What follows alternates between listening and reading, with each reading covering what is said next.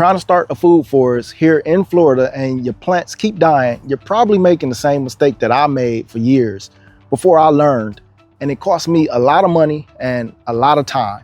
Welcome back to GrowFit Florida. I'm Jermaine, and I grow food right here in West Central Florida, Zone 10A.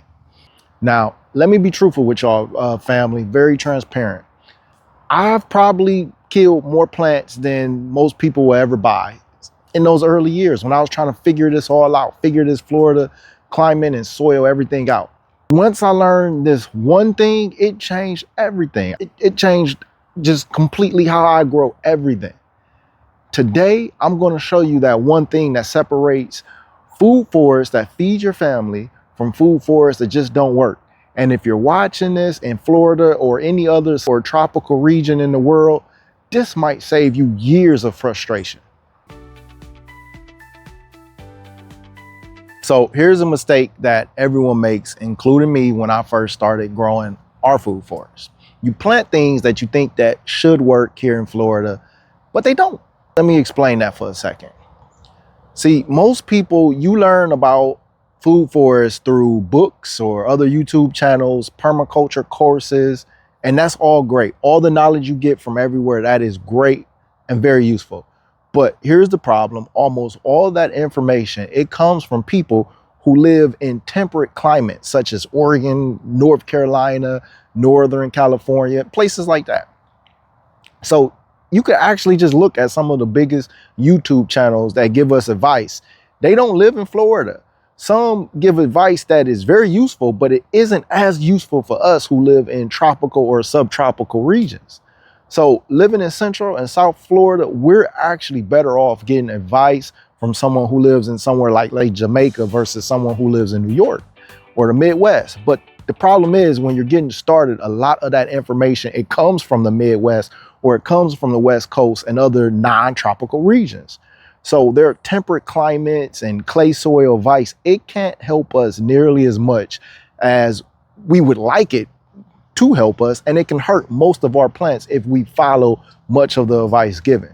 So beginners in Florida, we see these beautiful videos of classic apple trees or pears or multiple stone fruit that we don't know that we can grow it, but we have to get low chill hours. We go get the high chill hour varieties, and you might spend $500 at a big box store nursery that sells these plants, and they're not even suitable for your own region. They're selling them, but it's not suitable for you.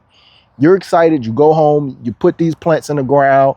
6 months later, some are dead, some are wilted. You're like, I don't know what's going on, I failed. You did not fail, you just didn't plant what works here in Florida. Right now you're thinking like, Jermaine, why does this happen? I'm buying these plants from the stores down the street, and you mean to tell me that it's not for Florida? Or I'm going online, I'm buying plants and I can grow year round, so it should be fine here. You know what, let me get a seat so we can have a conversation. Let me sit down. All right, so here's what nobody tells you. Florida isn't just hot. It's not just our sandy soil. Florida is a completely different growing environment than almost anywhere else. We've got brutal summers. We've got summer heat that goes from May to October. We got humidity that breeds fungus, afternoon thunderstorms that can just drown your baby plants, your trees that you put in the ground. And of course, we got the sandy soil that doesn't hold any nutrients. And we got freezes that come out of nowhere in January, even in warmer pockets of Central Florida, like where I stay at. So when you buy a plant in temperate climate food forest, you're basically throwing the wrong plant in at the wrong place at the wrong time. We can't have those temperate climate plants. I remember buying my parents an apple tree years ago. I put mine in the ground. I bought right here in Central Florida, right down the street at one of my local big box stores. So here's what happened. My apple tree that I bought in a 7-gallon, it never grew, never. After a year, it turned into basically a stick. It looked like a shovel that was in the ground. I didn't want to do the scratch test because I knew, you always know. I let it go a whole nother year, and it was a 3 to 4 foot stick that was in the ground slowly rotting away. Now, my parents, I bought them an apple tree 6 months after I purchased mine, They put it in the ground and it grew to almost 10 feet. They were worried that that apple tree was getting too big, too fast, and they planted too close to their house. They have a monster apple tree now. Meanwhile, it's not there anymore, a stick doing nothing. Same variety, same store, same apple tree. I planted mine in Central Florida. They planted theirs in the Midwest. Now, after that season, I learned a lesson. These stores, even your local stores, they'll sell you trees that aren't going to be any good for you. And oftentimes when they have a surplus of inventory, they will unload that inventory to us in the form of an amazing deal. But that plant or that tree quite possibly might not be one that can survive in your yard. So please do your research first. But trees like this, my guava tree, I planted this 3 years ago. I barely water it. I prune it multiple times a year. I don't fertilize it hardly ever. And it produces more food than my family can even eat. The difference? This is a Florida plant. It wants to be here. It thrives in our sandy soil. It can take the heat.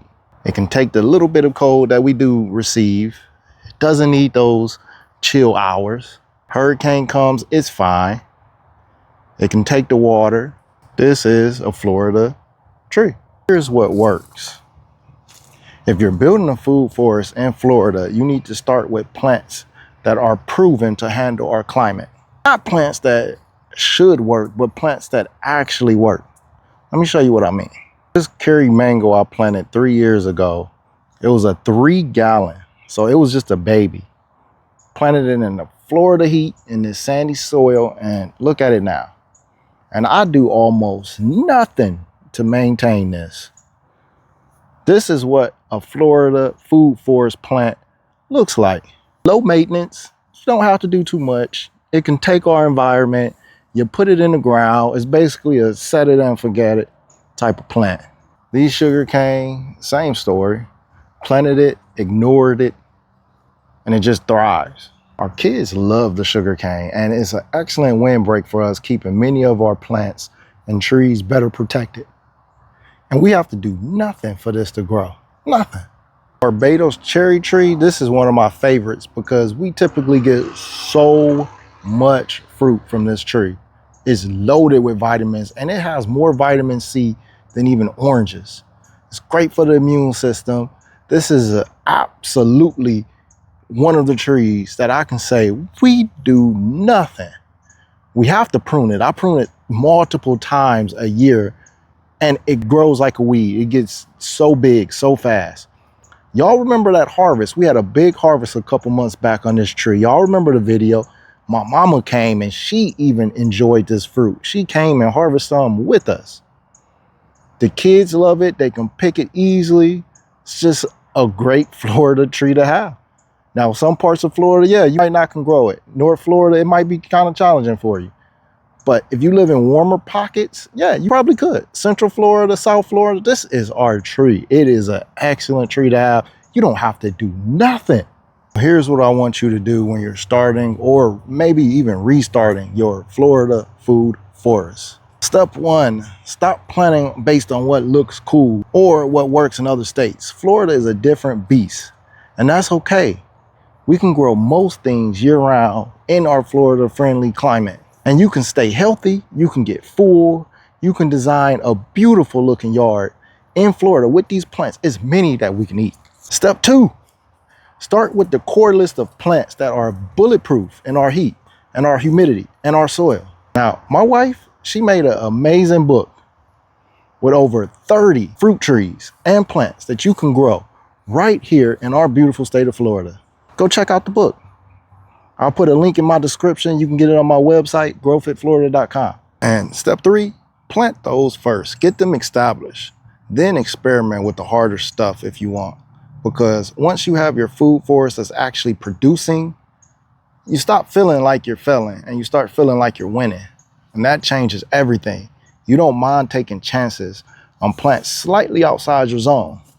Hey, I'm living in zone 10A and we're growing coconuts and soursop. It's nowhere near easy for us to grow it in 10A. 95% of everything else that we have growing is so simple because is for our zone. But we have so many stable crops producing, and we're able to create microclimates for our sensitive plants that prefer South Florida winters, using things that grow well in our neck of the woods. So it's all right. I get it. You want variety. You want all the cool plants. I did too. And Florida has many of those that you can grow. We're growing well over 100 edible plants right here. So it's plenty that you can choose from. But if you keep planting things that don't work in Florida, specifically your part of Florida, and I say your part of Florida because your backyard is different than mine. Learn the spots in your yard that gets the most sun, where you get shade spots and where you might get flooding or built up water. You got to learn your own backyard. Study from it. Study your backyard, because that's going to ultimately determine what you're going to be able to grow, even in Florida. So the shortcut is simple, family. Plant what works here in Florida, and specifically your part of Florida, where you stay, your backyard. Do that, and in 2 to 3 years, you're going to have a beautiful food forest with more food than you can even imagine. You can be able to give out so much food to family, friends, and help so many needy people.